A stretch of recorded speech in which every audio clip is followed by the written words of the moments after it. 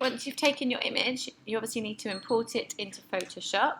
And then you need to, if you've taken it like portrait like me, you need to obviously rotate the image. So go down to Image, Rotation at 90 degrees clockwise. You then need to select and remove the background. So the first thing you need to do is go to your Move tool, so shortcut V, and then unlock the background, and then we can then slowly start to remove the background. So there's a few different options here. So you could use the quick selection tool, you could use the magic wand, or you could use something called the magic eraser. And the magic eraser basically takes away colours that it recognises are the same. As you can see, that does quite a good job. If I go back in my history,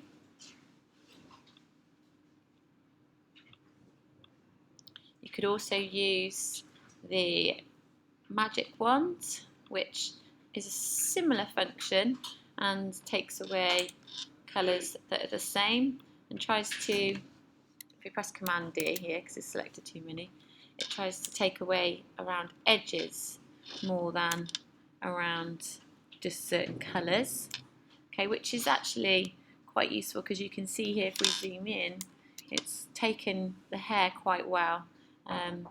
So we've actually got a nice line.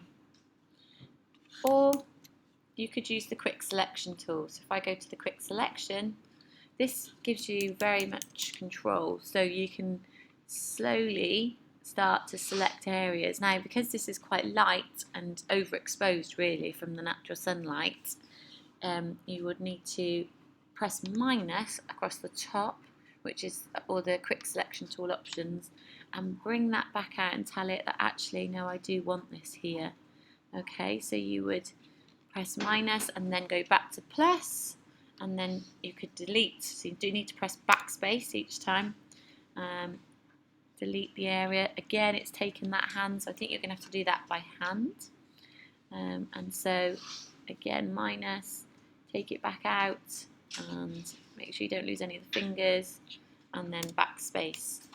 So I'll continue to do that in a moment, but then in order to get to the smaller little areas, you will need to do this by hand. So you can zoom in and use the quick selection tool a little bit more, so make sure to go back to plus. You can also feather this tool, so you can click on this bit here and you can bring down the hardness. So it just makes the edges a lot softer.